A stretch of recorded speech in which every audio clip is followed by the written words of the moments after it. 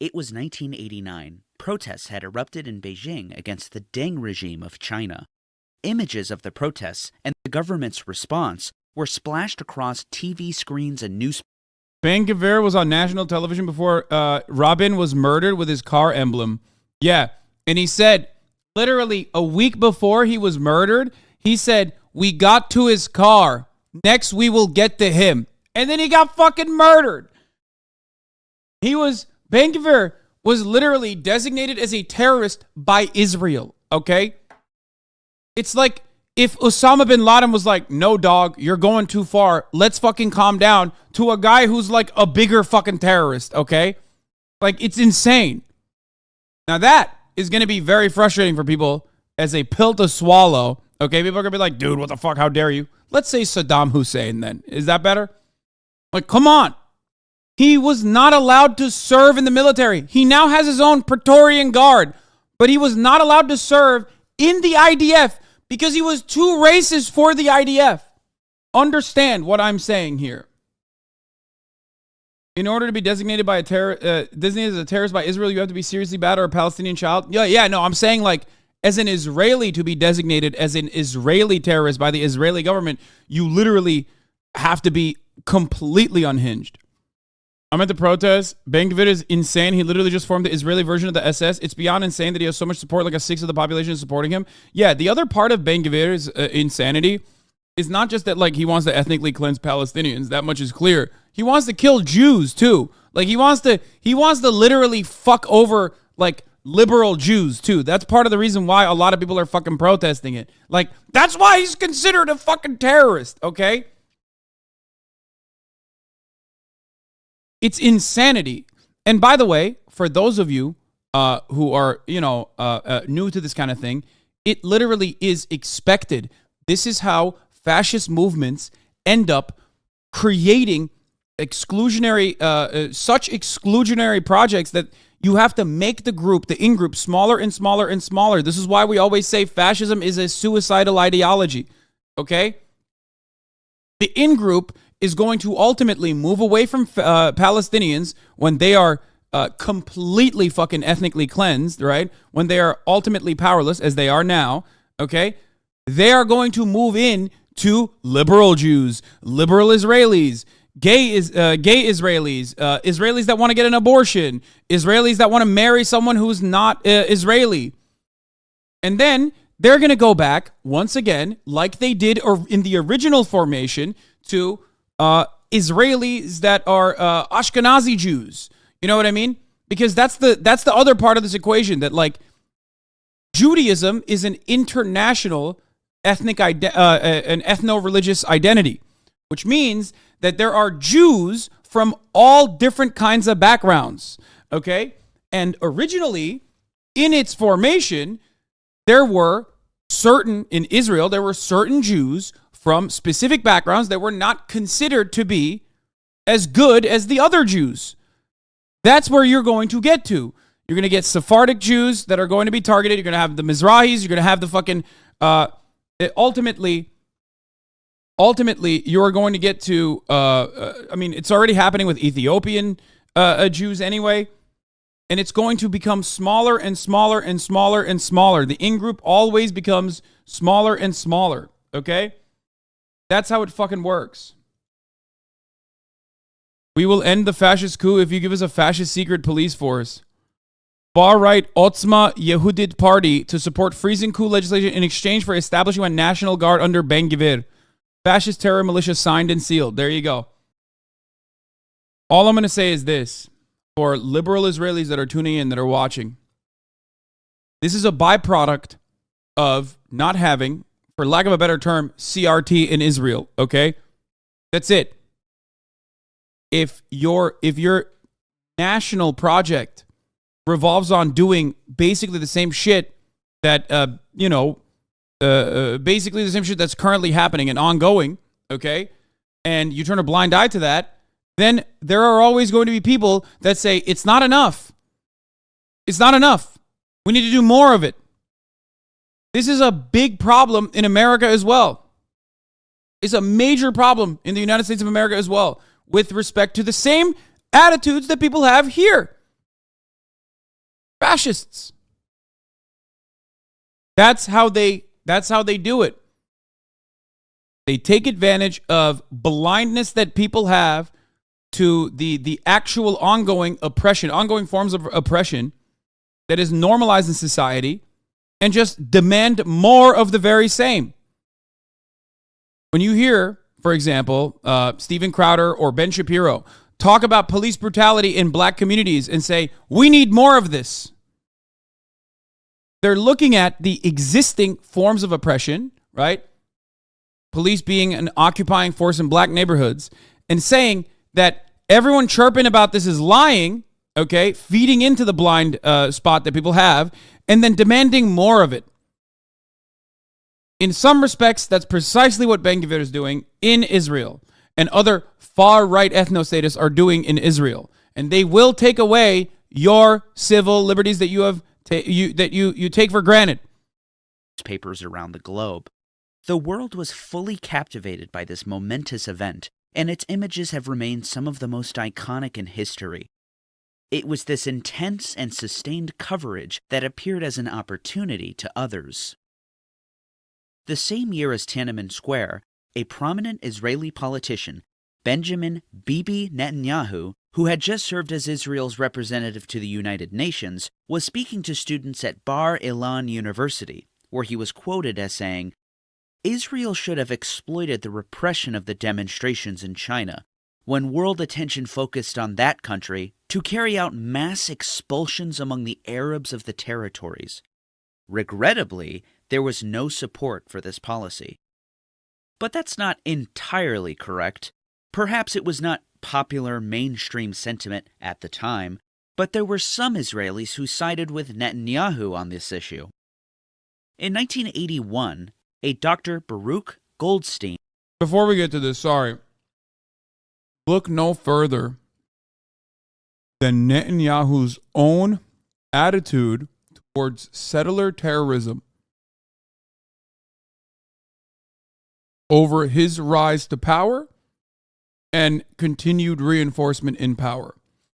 I am old enough to remember that Israel went from, oh no, we shouldn't be bulldozing these fucking houses, to we turned Jerusalem and every other place where Palestinians live into a fucking parking lot, deliberately dissecting their communities and building roads from within their communities with the express purpose of making sure that they are completely decentralized and cannot live their everyday existence, while simultaneously engaging in acts of expulsion and also displacement, mass displacement. They did that. There was a time and place when the Israeli government's official attitude towards settler terrorism was, oh, we're just turning a blind eye to it, but like we don't really like it. It wasn't that the idea would come in with fucking guns drawn and forcibly expel Palestinians from their fucking homes so they can bulldoze it and then build an apartment complex on top of it. Yes, Israeli settlers can carry AR-15s around those neighborhoods, whereas it is illegal to own a firearm as a Palestinian. Yes. Penned a letter to the editors of the New York Times. Israel must act decisively to remove the Arab minority from within its borders. Years after writing this letter, Goldstein would don his Israeli military uniform and arm himself with his army-issued Galil automatic rifle. He'd then walk into the Ibrahimi Mosque in the old city of Hebron, located in the occupied West Bank. When worshippers bowed their heads to the floor during Islamic prayer, Goldstein unloaded magazine after magazine into the crowd, firing at anything that moved. Hundreds of people would be hit, and in the end, at least 29 were killed in the mosque that day. In Israel, as well as the Palestinian territories, the outrage over this atrocity was immense. It stalled peace talks and created civil unrest among Palestinians. Dozens more would be killed by Israeli forces in the ensuing protests. Many familiar with this event know that the killings themselves aren't the end of the story. Following the massacre, Clyde Haberman of the New York Times would report on the ground from Hebron at Baruch Goldstein's gravesite. The title of the article? Hundreds of Jews gather to honor Hebron killer. 1994, these kinds of atrocities were actually criticized. You know, didn't really mean much, but were criticized at least by the international community. Now it's a part of everyday existence.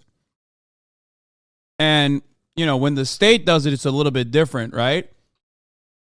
When the state is engaging in what they call mowing the lawn in Gaza, for example, that is seen as like an act of retaliation.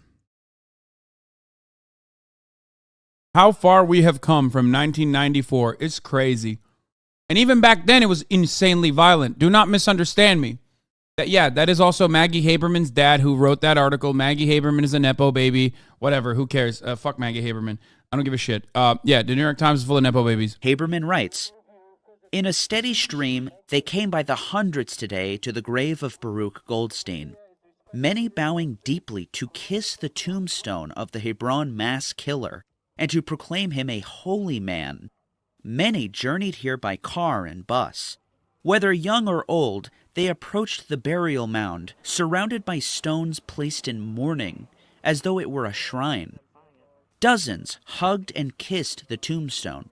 Some kneeled to kiss the grave itself, including one young man who cried out, 'Hero of Israel, hero of Israel, there should be more like him.'" Haberman continues, "While the Israelis who worship the Brooklyn-born Dr. Goldstein are a small minority, the numbers turning out today suggested that they may be more than the minuscule fraction the government claims. Indeed, the support appears to be beyond just nameless civilians. Dov Lior, the chief rabbi of the Kiryat Arba settlement of Hebron, where Baruch Goldstein lived, called him holier than all the martyrs of the Holocaust. The Jerusalem Post described Lior as one of the most high-profile national religious rabbis in the country. As a result of this mass shooting, the Israeli government outlawed the radical Kach party, of which Baruch Goldstein was a member. Another member was a young Itamar Ben. There it is, Ben Gvir. This man just got his own Gestapo. This man just got his own secret police, literally like a couple hours ago. Part of Netanyahu's far-right coalition government. The reason why he spent 4 minutes describing this shit was because of this man right here, Ben motherfucking Gvir. Ben Gvir. No, not confirmed or proposed. Confirmed. Confirmed. Signed and sealed.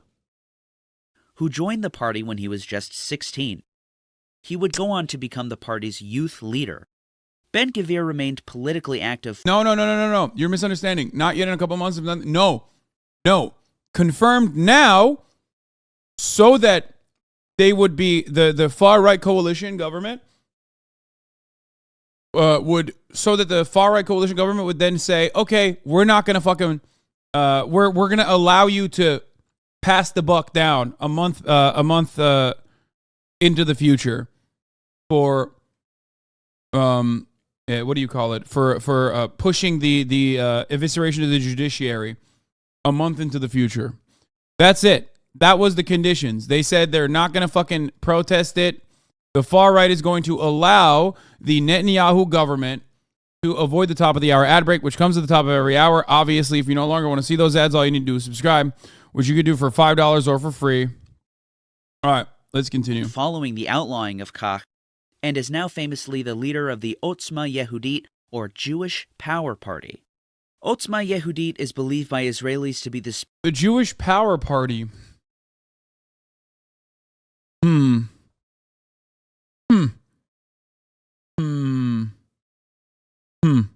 spiritual successor to the Kach party. Ben Gvir has a colorful past filled with calls for ethnic cleansing of Palestinians. In fact, he was so radical in his politics that he was barred from conscription into the Israeli military. To underscore his devotion to extremism, Ben Gvir hung a poster of Baruch Goldstein on the wall of his living room.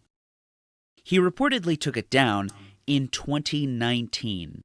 In an unsuccessful attempt to appease Naftali Bennett, who vetoed his inclusion into his right-wing coalition over the poster, it's not known whether he put it back up afterward.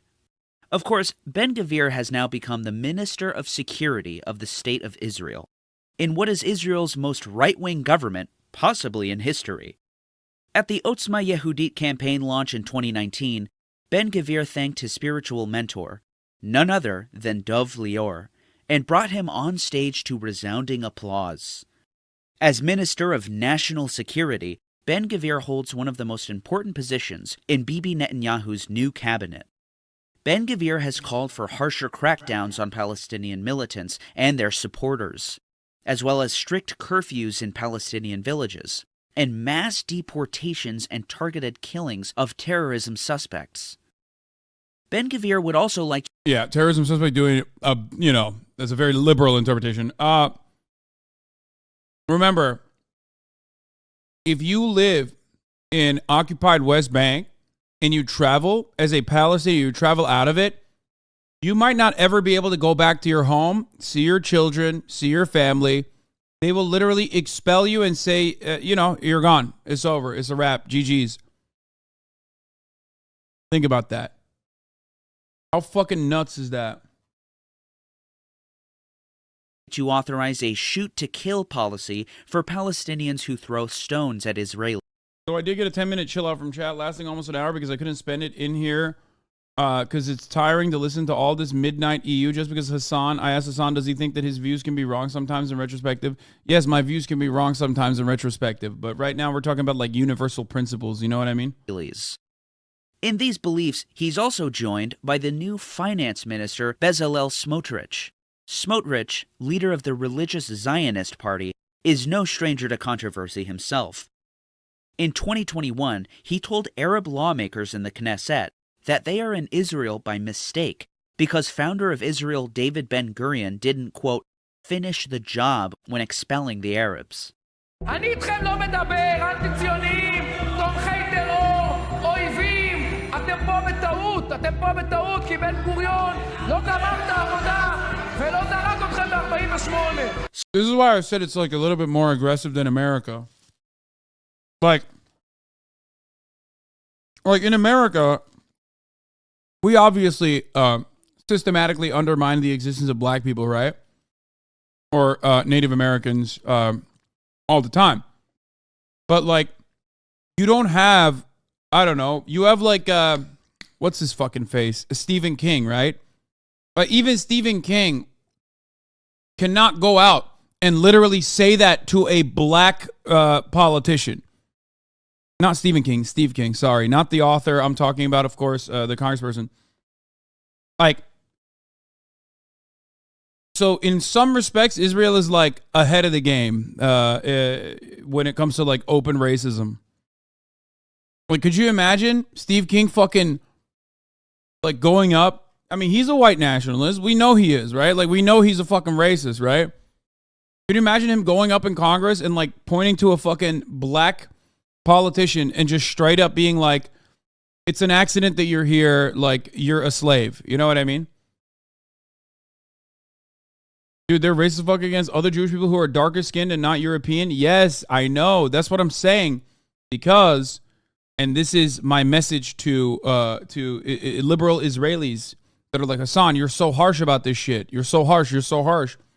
Brother, they're coming after you too, motherfucker, eventually. I mean, you know, that's the fascist playbook. That's how this fucking works. They will always look for new enemies. They will always look for new methods of exclusion. They already do that to the Ethiopians. They already do that to the Arabs. Okay? They will eventually go through the different ethnic groups in Israel like they once did in the past. If I'm not mistaken, I thought Sephardic Jews were also considered like lesser than for the longest time, right? Like originally. Yeah, Sephardic Jews were oppressed in Israel for a very long time.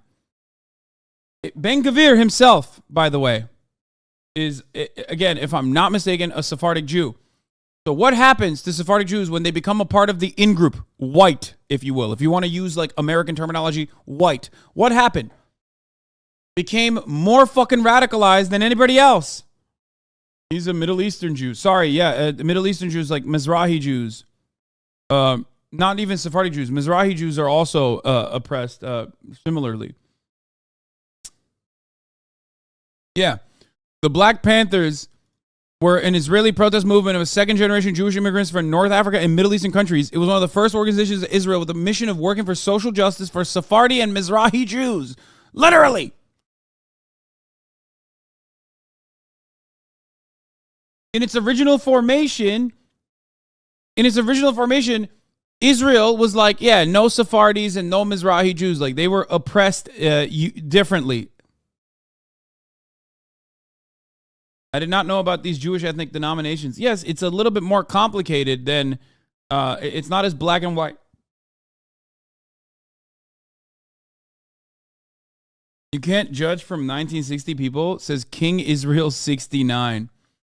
Brother, the reason why I'm bringing this shit up is because this happened once and it's gonna happen again.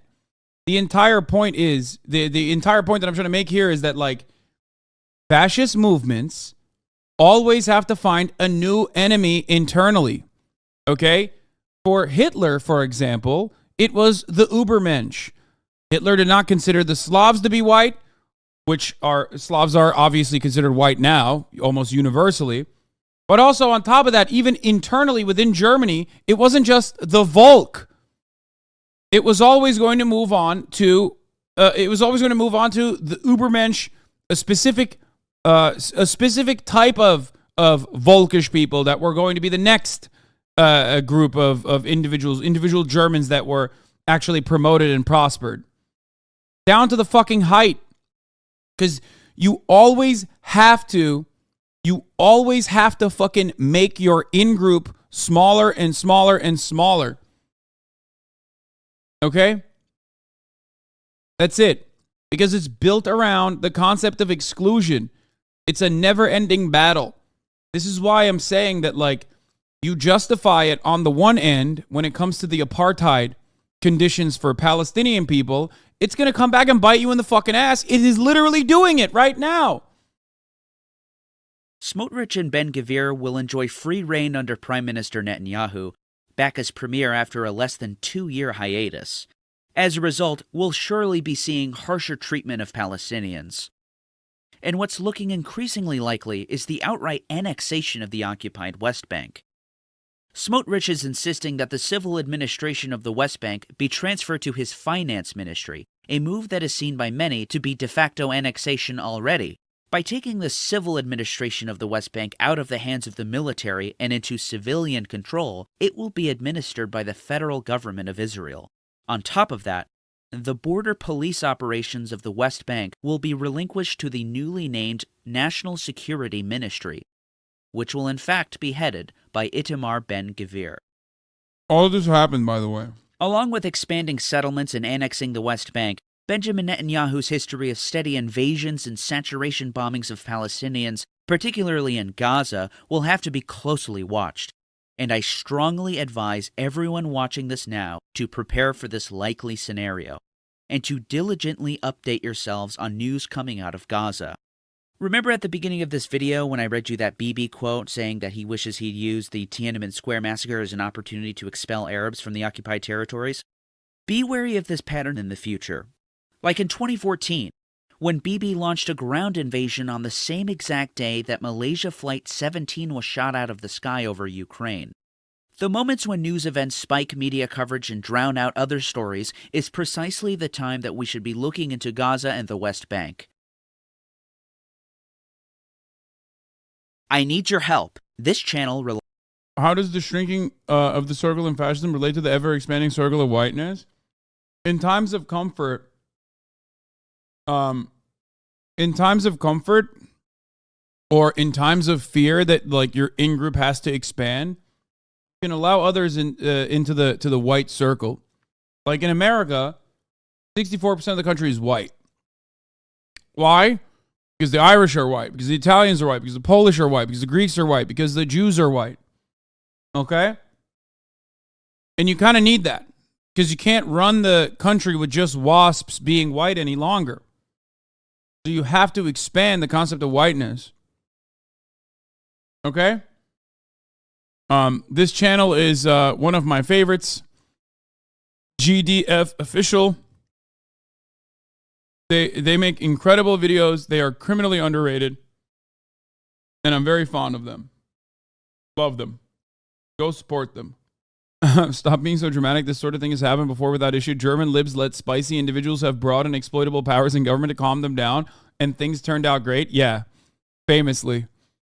Things turned out really cool, like really chill right after that happened. You know, there was a little bit of an ideological diversity in the German government. I mean, come on now. Come on, when is it Praetorian? I can't even say it right.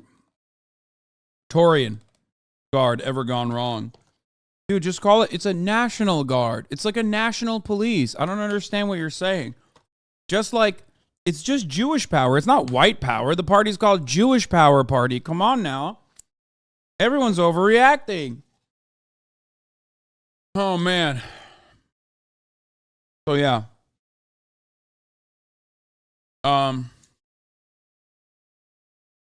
Things are going great. Things are going great in Israel right now. Just great. Now that Netanyahu is also postponed the showdown by a month and then signed a document granting Itamar Ben-Gvir, again, like a literal fucking terrorist. A terrorist by not my standards, okay? Because I think Israel does a lot of things that would be considered terroristic that they do as a part of regular process. He's a terrorist by Israel standards. Oh, this was funny as fuck here. I thought it was common knowledge to not cross train tracks when the lights are still flashing. Cops literally, I think, have such a sense of entitlement that they personally think that, like, they will be able to, I guess, they think they could just, like, take on a train sometimes.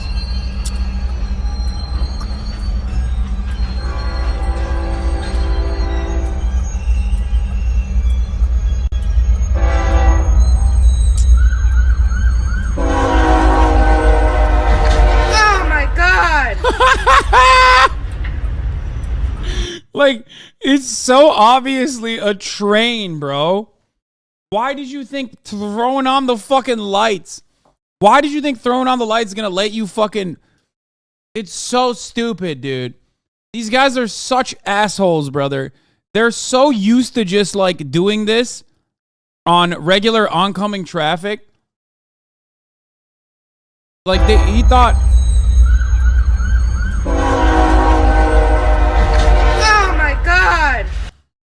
It's just, you know, America's about to set up another militia